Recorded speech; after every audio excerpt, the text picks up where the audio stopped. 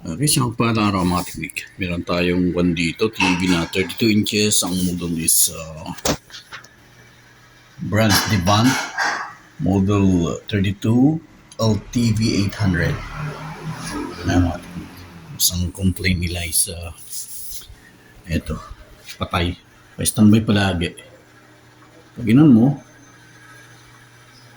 yan, mag-blue siya, then balik siya ng standby. Hindi tumutuloy. So yun ang problema. Tara, buksan natin. So itong ginawa natin mga teknik. Dahil okay naman yung mga power supply dito sa kanyang board. Yan, okay yung kanyang supply sa board na yan. Pinagdudahan ko tong mga backlight niya. Yan, kaya tinanggalan natin yung kanyang mga backlight. Andun yung kanyang pinaka-display. Yan, ito yung mga backlight. Kung titignan natin mga teknik. Unfortunately, wala tayong pang-tester ng backlight. Actually, merong isang special device talaga na pang-testing ng mga backlight ng mga LCD. Pero dahil gamit lang natin dito is multimeter na ito. So, sa pamamagitan ng diode setting. So, kung titignan natin itong maigi, itong halimbawa, itong LED na to. Kasi kung titignan, naka-series lahat, hindi parallel yan mga teknik. Naka-series lahat yan. Yan. So kung titignan natin, yan, ito yung positive terminal. Ilaw siya mga teknik. Makikita niyo yung maliit na LED na yan, umiilaw. Yan, umiilaw yan. Maliit nga lang. Kasi nga maliit lang na voltahe yung nai-apply natin. Kung mapapansin niyo to, umiilaw siya. Yan.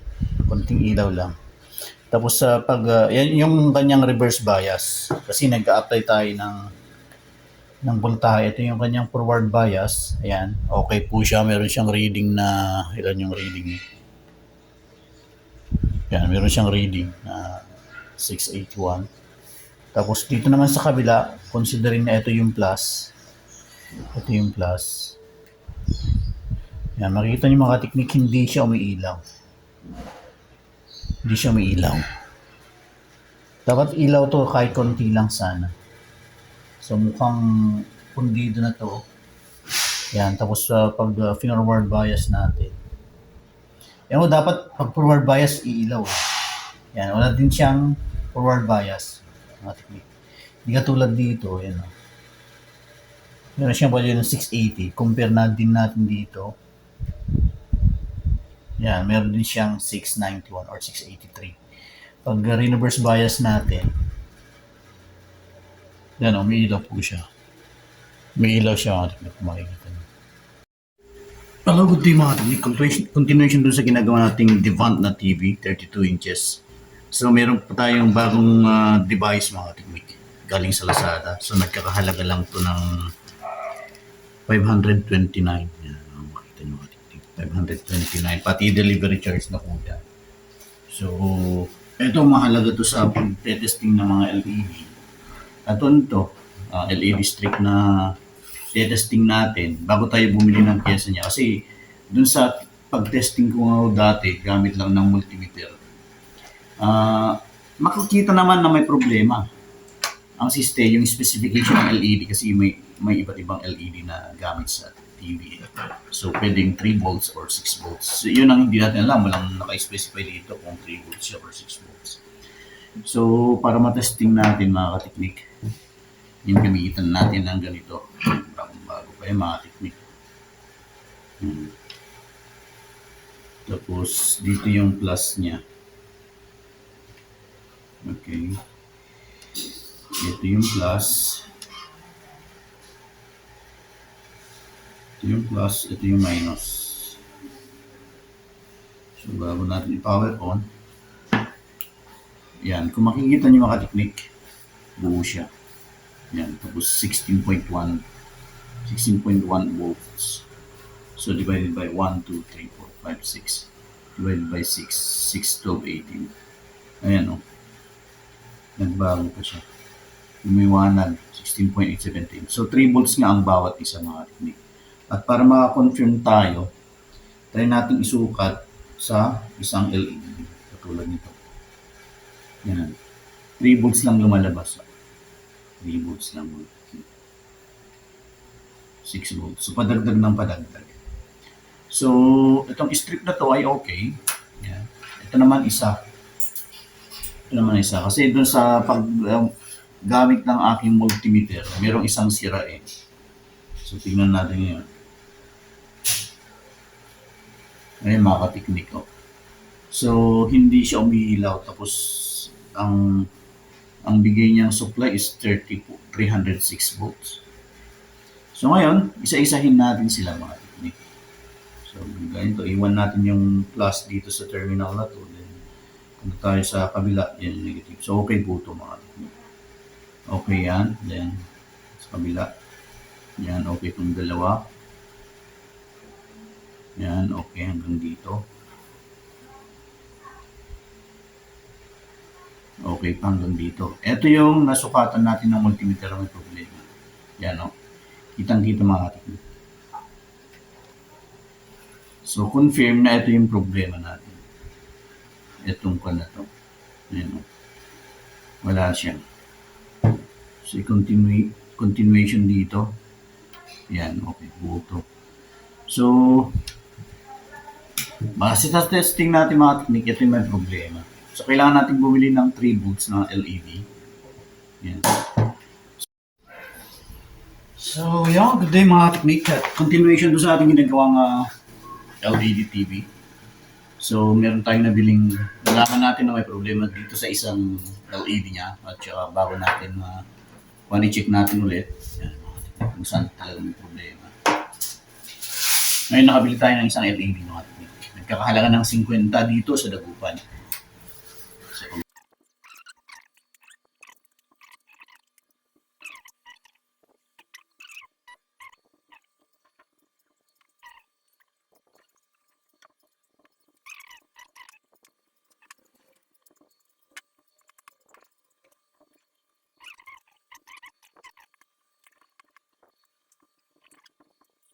mga teknik mula rito yung dito. So open circuit na siya. Nandito okay siya.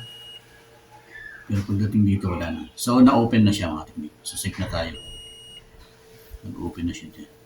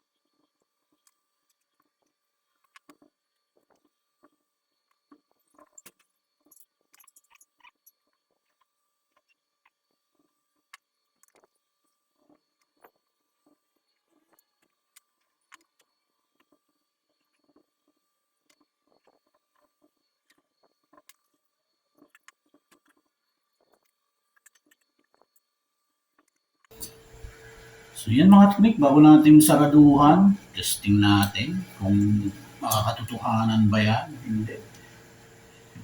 Yan, testing natin mga teknik. So dito na tayo magte-testing ngayon.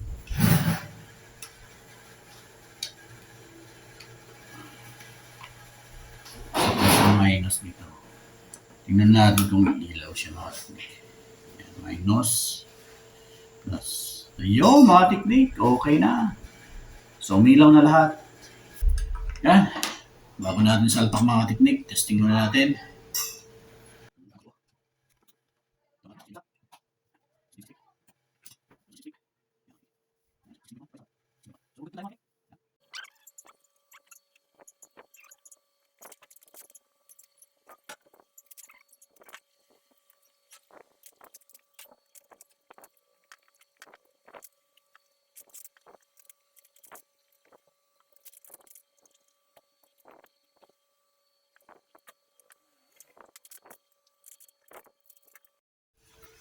So kung titingnan natin maigi mga teknik, dalawang linya lang ang pumunta sa source. Ayan, no?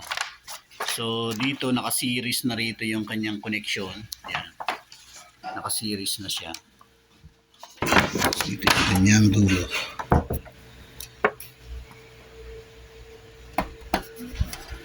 So obviously mga technique, kung isa sa kanila ang nagmalfunction, since naka-series, apektado lahat. So yun malamang ang dahilan kaya nagkaroon siya ng pagkaroon ng problema sa kanyang pangalan nito, sa power supply. Kasi nga, yung sinasabi nilang Protec. Yan.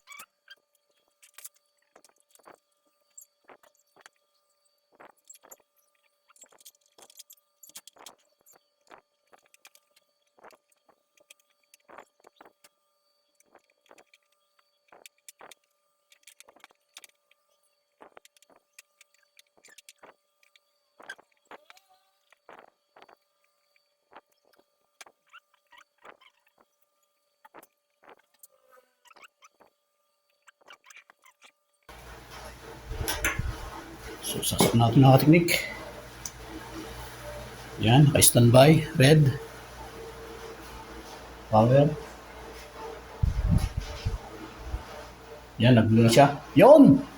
Thanks God. Oops. Yan, smart. Mas nga alam, ba't ganyan ang kulay? Ayan, no? So, yan, okay na siya mga technique. Yan, meron siyang OSD, no signal lang. Then, try natin lagyan ng signal. Yan. Pero kung smart din niya. Ay, hindi siya smart. Hindi siya smart. Oo, hindi siya smart. So, yan, thanks God. At naayos din. Finalize din natin. So, ayun na siya mga technique. Kinunik natin siya sa pangalan nito. Sa ating parang black box. Sa black box yan. Ito. Yan. Kinabit natin doon sa black box through HDMI 3. So, yan, may sounds na siya rito. So, yan lang po mga technique at gusto ko lang talagang make sure na gumagana siya pati sa sounds kasi doon sa ating Magic Sync kanina hindi gumagana yung audio.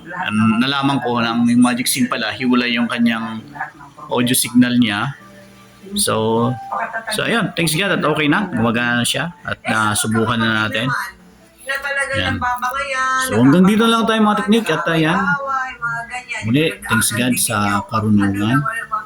At yun ang natutunan natin doon na kahit pala isang LED lang ang hindi gumagana apektado lahat ang buong system niya. Kasi madidetect ng system na hindi gumagana yung kanyang backlight kaya nagkakaroon ng Protec. At yun ang dahilan kaya nag-i-standby lang siya, hindi siya tumutuloy. So hanggang dito lang tayo at more power sa inyong lahat. God bless.